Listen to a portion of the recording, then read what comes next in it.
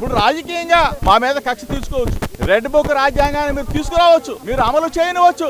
మా మీద ఎందుకు సార్? మీరు 5 కోట్ల మందికి ఇచ్చిన ప్రజలకు ఇచ్చిన వాగ్దానాలను ఆలోచించండి సార్. మీరు సూపర్ 6 మీద ఆలోచన చేయండి. ఆ సూపర్ 6 అమలు చేస్తే అందరూ కూడా ఆనందంగా ఉంటారు.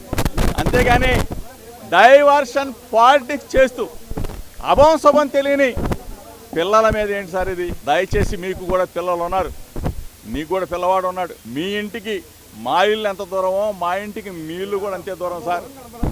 దయచేసి తెలుగుదేశం పార్టీ యావత్తుకు చెప్తా ఉన్నా, ఒక బలహీన వర్గాల వ్యక్తి జోగి రమేష్ కృష్ణా జిల్లాలో అంచెలంచెలుగా ఎదిగాడు.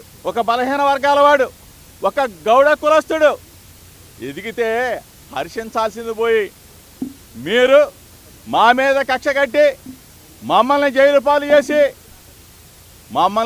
పాలు చేస్తే మీరు ఆనందం పొందుతారు.